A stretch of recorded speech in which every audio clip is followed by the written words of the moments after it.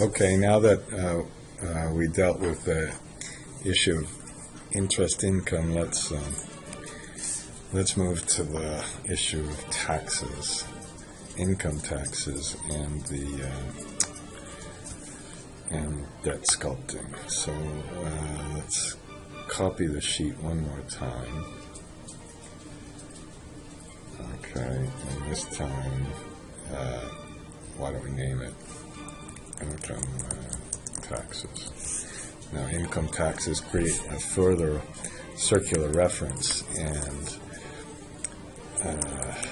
because the taxes here are influenced by the interest cost, but the interest cost is influenced by the level of debt. So this circular reference is a little bit different than the last one. This causes us to have to adjust through the whole period of the debt sculpting, the whole period, the present value. Okay, it's a little, maybe, I don't know if you'll think it's more complex or less complex, but we'll deal with that through a couple of methods. Now, if we're going to make the operations and free cash flow, suppose, why don't we call this a, I don't know what, we don't kind of need this, let's call this a pre-tax cash flow. Pre-tax project, and then let's add a couple of other lines and put taxes and depreciation. Okay, and so let's put a tax rate in here and make the tax rate 25%, and let's put the depreciation life, let's make that, how about 12 years, shift control 1, 12, and let's get the depreciation expense.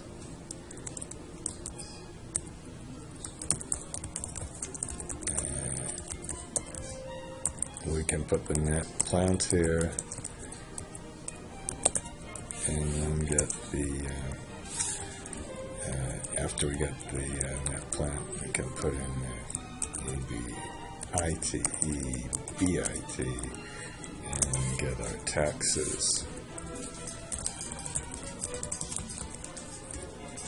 on EBIT, and I'm doing all this before we leave, and then we can get our free cash flow, and I should call this pre-tax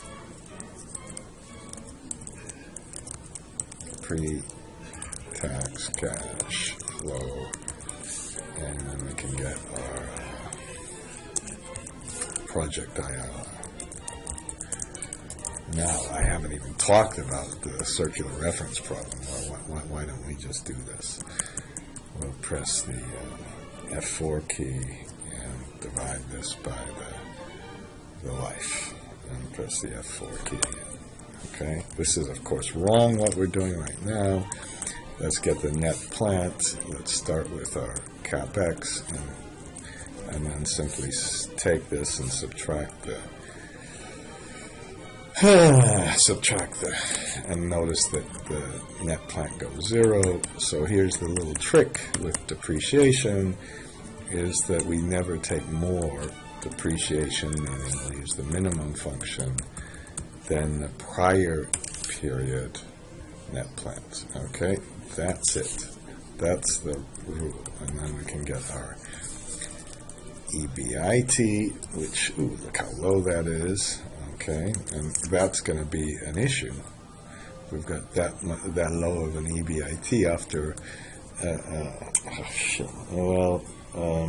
after we subtract interest, we might have negative taxes or a tax carry forward. So let's put our tax rate here and take the EBIT, multiply it by the tax rate, and copy this. Now this is a very, very important point for modeling at least. So we can take our our free cash flow is just the cash flow first year. Whoops. Control 1. And then it's the, God, this is going slowly. I hate this. It's the cash flow after the taxes. So our project IRR is, again, we just click on this entire line. Okay?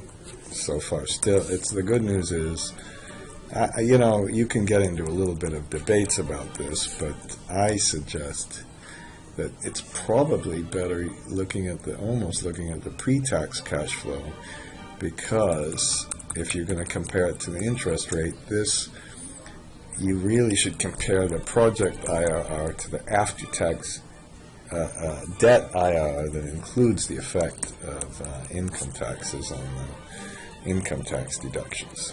Now, let's get into the circular reference. Here's the problem. We've got taxes here.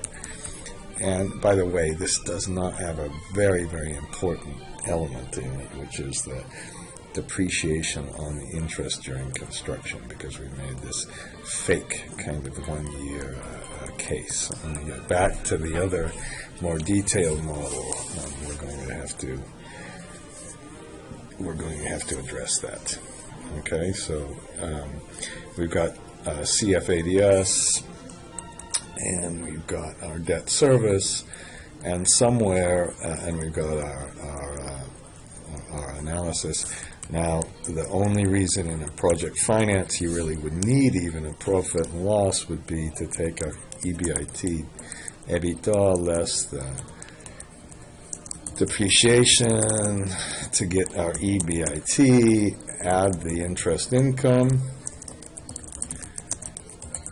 Okay, and then let's take away the interest expense, and we get our profit before tax, and then we can put the taxes paid. Okay, and I guess, why don't we compute the earnings? Now, I think we'll do this without net operating losses at first. You can easily include net operating losses in this analysis, and perhaps maybe I'll make a second video for that. So let's put our depreciation expense. Remember, this should theoretically include somewhere below the interest on the fees during construction, amortization of the fees, and also the interest during construction. Okay, and so what we have here is this plus this minus that. We have negative taxable income. Our taxes paid, so let's put our tax rate back up here. Okay, and then we'll get our taxes paid. That's gonna, I think right now I'm gonna allow them to be negative, which is ridiculous, but we'll do that, and then we have our earnings. Okay, and that's assuming for some, maybe this could be a wind farm in the U.S. where you're allowed to give your set kind of implicitly have somebody else take the negative money out. Okay, and that's that. Now, we haven't gotten to the problem yet, and here's the problem. The problem is when we take this real calculation of taxes,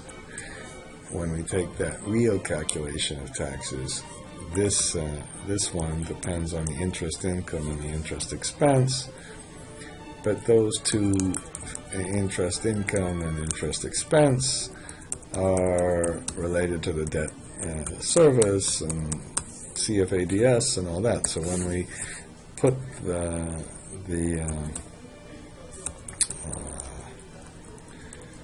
taxes paid into this formula, we get a circular reference. Okay, that's a natural one. Now, there are a couple of ways to address this. Let's do it with what I'd consider the kind of bad way, and that's our copy and paste. Please don't get impressed by this. Oh God. Let's put our fixed PV of debt service.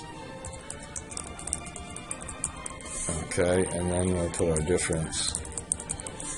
And the fixed value, let's just say that's 780. Okay, and the difference then is this minus this. And what we do, oops, look, that difference didn't show up because of the circular reference. Of course, we'd have to do something about that. But let's put the fixed value in here.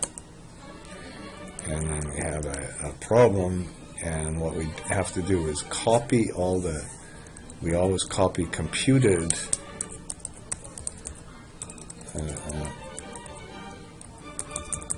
PV. We always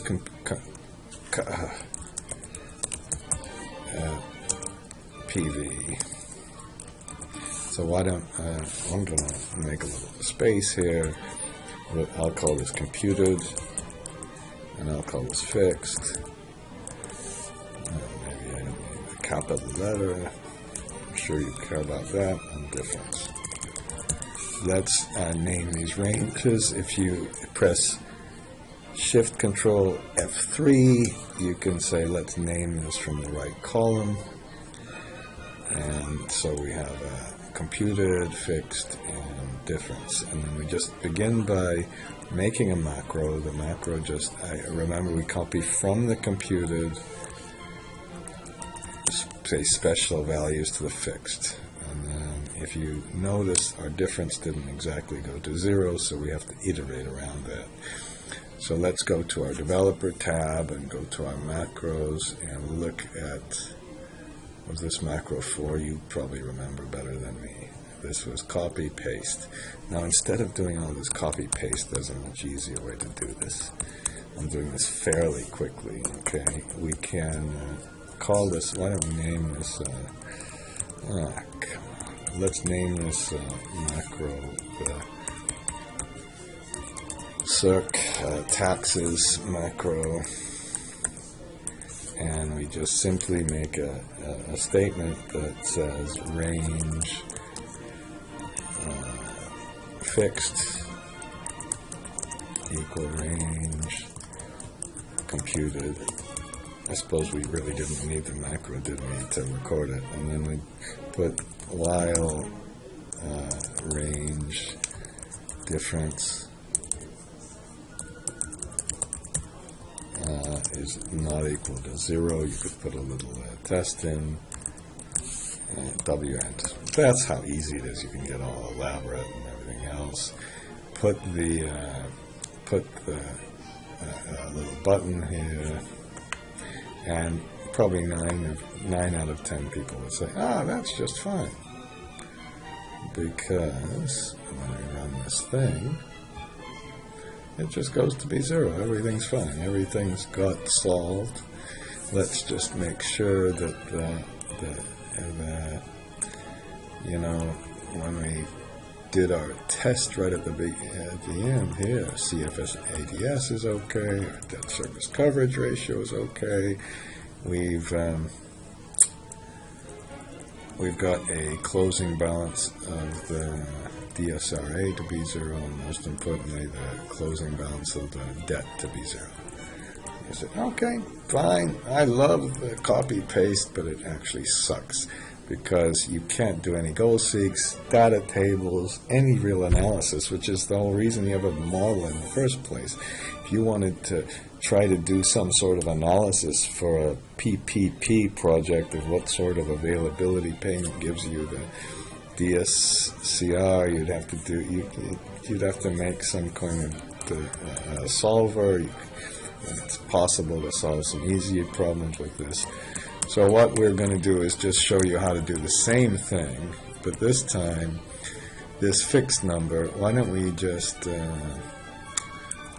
compute that one with a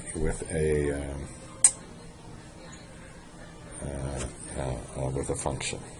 So you know what I'm going to do? I think to make these things manageable, I'm going to make that a second video. This one has gone 14 minutes. That's probably enough.